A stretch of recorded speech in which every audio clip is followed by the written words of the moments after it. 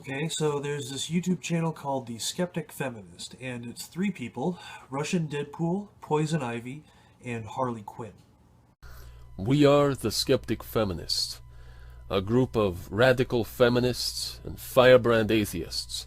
They've been having chats with anti-feminists and MRAs like the Honey Badgers and Skeptor and Bane666AU, and things were all very cordial until they had this hangout with Varmint Coyote, and then Bane and me and a bunch of other MRAs did a hangout about their hangout, and we made fun of them and called them stupid and stuff.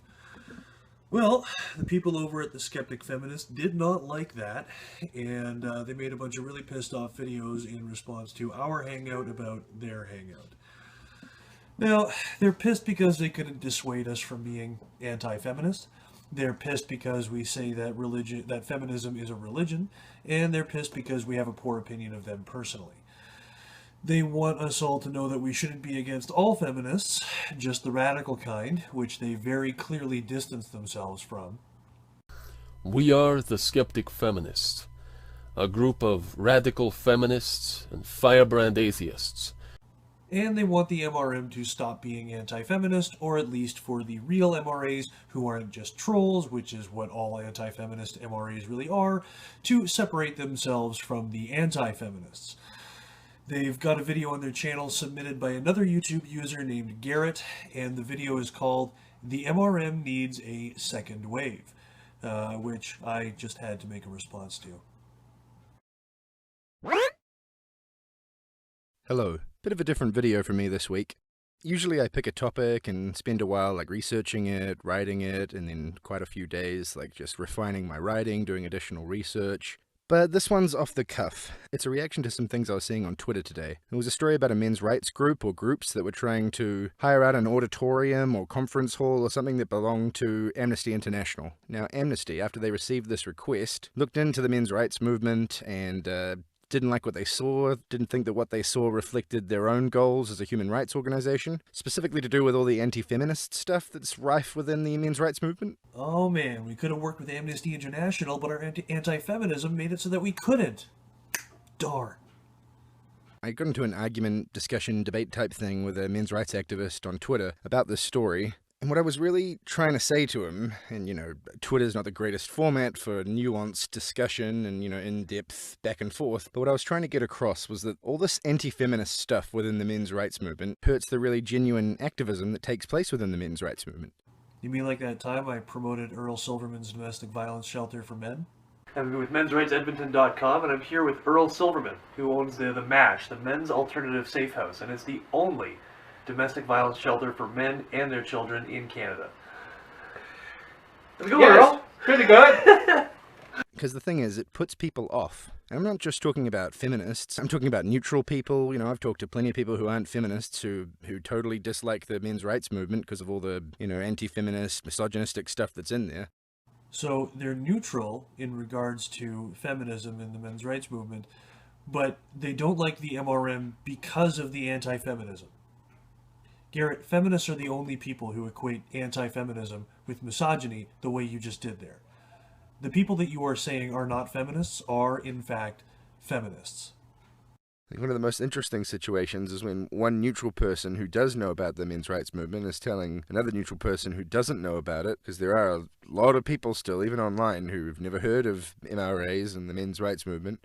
Person A will bring the existence of the movement up, and then person B will be like, that's weird. They don't really understand why it exists necessarily, what the issues are, that they don't really understand the justification for it. And then person B, the next thing they say should be about the issues, but that's not what they bring up first. The first thing they tend to bring up is the whole hateful, bigoted side of it.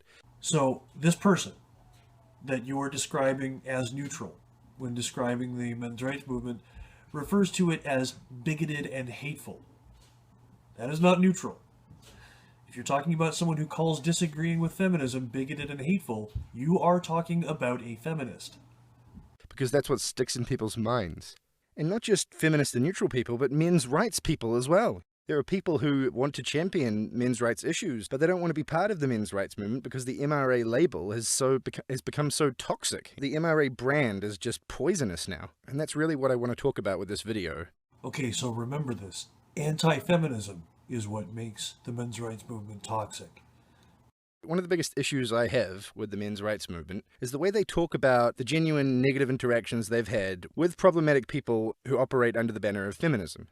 If you look at things like the University of Toronto MRA conference meeting, whatever, that got disrupted and derailed by people blocking doors and pulling fire alarms, those people were rad fems. Mainstream feminists dislike rad fems just as much as anyone else, if not more, because they hurt our brand too. Just not as much as the toxic MRA hurts the men's rights movement brand. The way that men's rights activists talk about this stuff, they just say feminists did it. They don't make a distinction between feminists and radical feminists. Now, the reason that those two are different terms, and that the reason the word radical is in there, is because they're not the same group. Rad fems use tactics and have goals that does not reflect mainstream feminism. That's why there's an R in the acronym TERF and the acronym SWERF. And for those that don't know, that's Transgender Exclusionary Radical Feminist and Sex Worker Exclusionary Radical Feminist. Now, the reason the word radical is in those acronyms is because those views haven't represented anywhere near close to mainstream feminism for 20 plus years. Just a quick side note here, the MRA I was arguing with on Twitter accused me of a no true Scotsman fallacy by making the distinction between feminists and rad fems. I wasn't trying to claim that rad fems aren't real feminists. However, making a distinction between the mainstream and the fringes that are basically extremists is critically important in any group. Oh, so it's just the radicals that we should have a problem with. You mean like these ones? We are the Skeptic Feminists, a group of radical feminists and firebrand atheists. It wasn't just the one speech that the protesters disrupted. It was several. Why weren't these non-radical feminists there at these protests making themselves known and counter-demonstrating the radicals? At the event that you showed a picture from, MRAs were prepared to film conversations with the protesters, and a third faction, whose sole concern was freedom of speech, came in to counter-demonstrate as well. But not a single one of these mainstream feminists showed up. Given how much they hate their movement being tainted by the actions of radicals, I can't figure out why they wouldn't show up and make themselves known. You know what else I can't figure out? Why Superman and Clark Kent are never in the same room? It's a big fucking mystery. And before anyone accuses me of failing to make the same distinction between anti-feminist bigoted MRAs and those who are really primarily focused on activism, get your ears checked. I have clearly made that distinction several times, and in fact, that is the whole point of this video. If I didn't think the latter category existed, I wouldn't have made this video. There'd be no point. Funny that you don't name any of them, though. But when men's rights activists just say feminists disrupted a men's rights conference, that pisses mainstream feminists off because it's like you're just completely missing that really key distinction. You know, it alienates us from you and causes this whole gender culture war thing that's going on now. Oh, that's the cause. That little misunderstanding. Here I thought it was because lots and lots of people are calling bullshit on feminist dogma and getting called toxic misogynists in lieu of a counter-argument. If you look at the whole false rape accusation epidemic myth that some MRAs love to drone on about... Now, I know a lot of MRAs, and I couldn't think of a time I had ever heard any of them say that there was an epidemic of false rape allegations. So I Googled the words false rape accusation epidemic. And there was a guy on Our Men's Rights saying that, and there was some MGTOW forum that said that as well. But mostly, it was right-wing columnists like Ann Coulter, who is not an MRA. This story is a hoax, but it shouldn't detract from the epidemic of rape going on college campuses. Well, if we're drowning in this epidemic of rape on college campuses, why are all the cases they keep giving us hoaxes? Could they give us a real one? And in fact, what it illustrates is an epidemic of false claims of rape. Rather than saying that false claims are epidemic, it's just that when it is established that the women making the claim was in fact lying, she's not punished. There was an instance here in Edmonton with a cab driver named Soner Yassa, who was falsely accused by 3 women of sexually assaulting them, and he had video evidence exonerating him. The police didn't charge the women, and when Yassa sued them, Vice magazine called him a crybaby. That is the perfect example of how the MRM alienates feminists, people who have experience successfully fighting for gender-specific causes and could be potentially of great assistance to MRAs. You know why alienating feminists is a good idea? because when stupid, dishonest cunts are on the opposing team, they're an asset. But when they're on your team, they're a liability.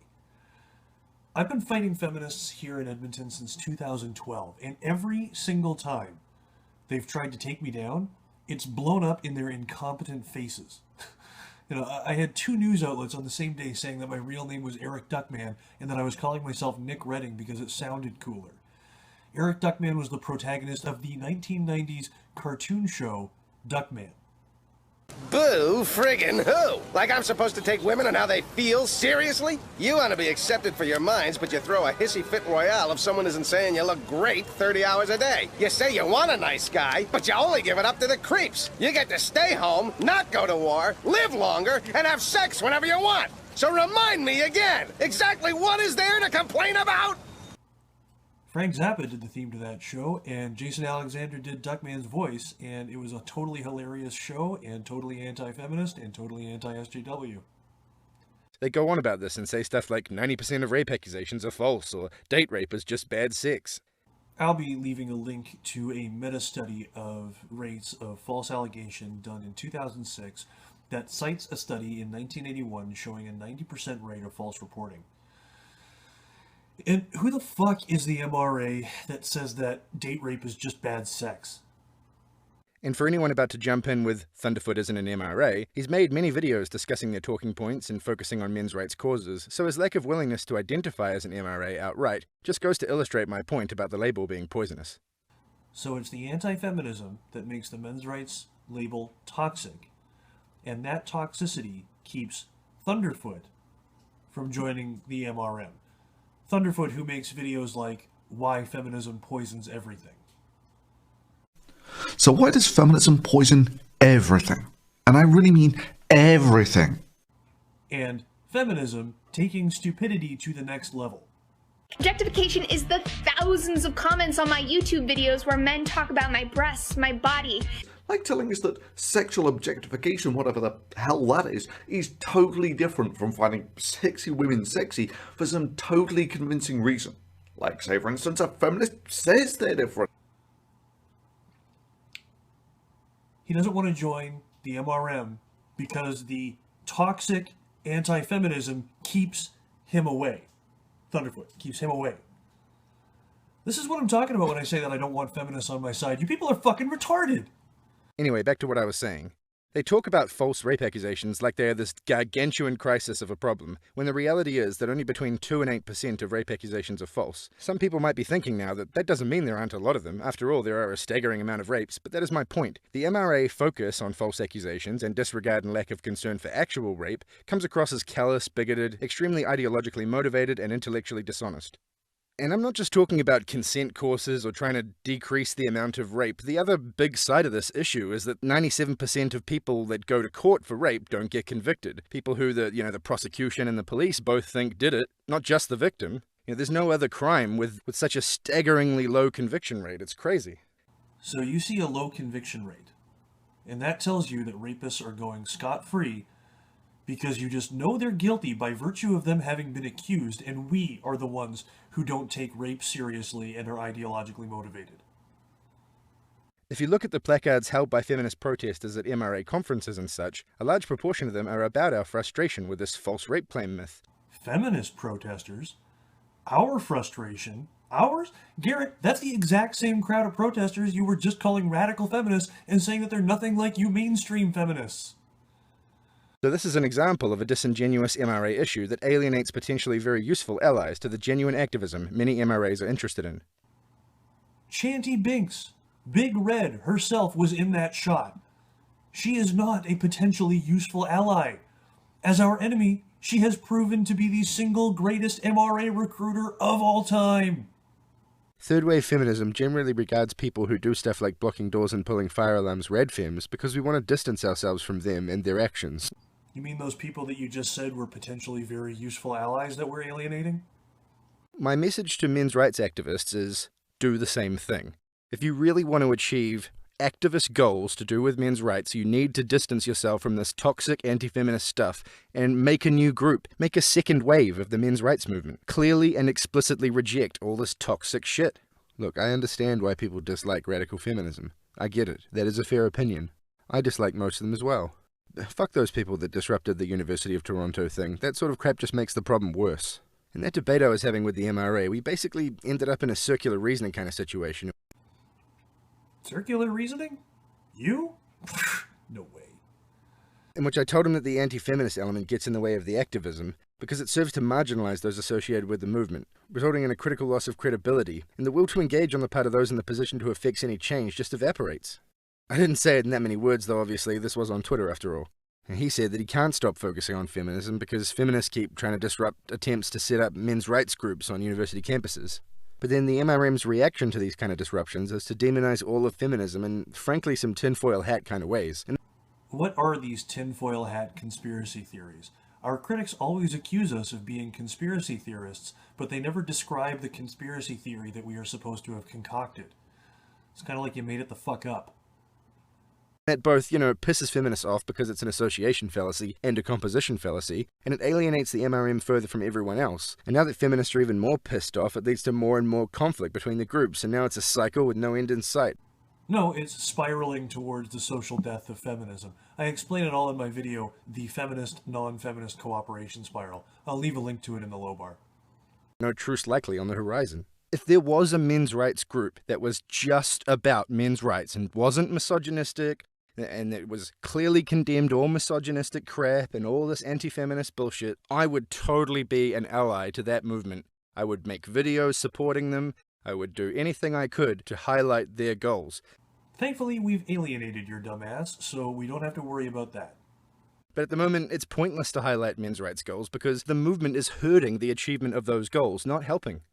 Look, my first video on this channel was about men's rights talking points. Of the 8 I discussed, 4 of them I view as legit goals that I'm on board with. I want to see change on that stuff. I really do. But I can't associate myself with the men's rights brand, and until such a time as there is a variant of it that is not a thinly disguised hate group, I'm not going to be able to do that. Oh yeah, you totally believe in these issues, and you really want to see change, but you can't do any of that because we're a bunch of assholes.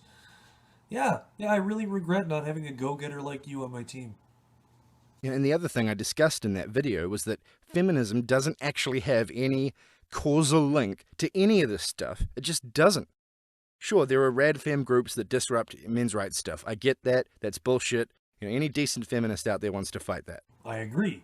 Any decent feminist out there wants to fight that, which is why there are absolutely 0 feminists fighting it. People should be able to gather privately and talk about activist causes without being derailed by outsiders. That's fine. That's totally legitimate. Now, I didn't make this video to have a go at MRAs, because I really do think that men's rights folks who are obsessed with anti-feminism, who rave about feminists all the time and don't make a distinction between rad femmes and feminists, what they're saying is they don't understand what mainstream feminism is, they're misrepresenting it, they're putting out misinformation about it by not making that distinction. As you complain about us putting out misinformation that you don't specify about feminism, you have Twitter messages from guys like Nick Blankenship, who I've never fucking heard of, who are saying mean things to feminists and using them to represent these toxic MRAs. How do you even know they're MRAs? They're alienating people who care about this stuff. They're alienating neutral people who could be convinced to care about this stuff with compelling rhetoric. If anyone listening to this does know of a group that is legit men's rights who clearly and explicitly distances themselves from toxic shit, let me know, because I really would like to know about that. I'd like to support that. You started this video saying that you knew these people existed and that you were directing the video at them, and now you're like, they might be there. I don't know. Anyway, those are my thoughts on this. In conclusion for this video, if you've got anything to add or if you think I got something wrong, let me know in the comments. But I implore you to keep it civil, and I will endeavor to do the same. Thank you. I'm going to leave a link to Garrett's video in the low bar. If you guys could go there and leave links to this video in the comments section, I'm pretty sure it would annoy this skeptic feminist because it's on their channel. Nick Redding, Men's Rights Edmonton. Peace out.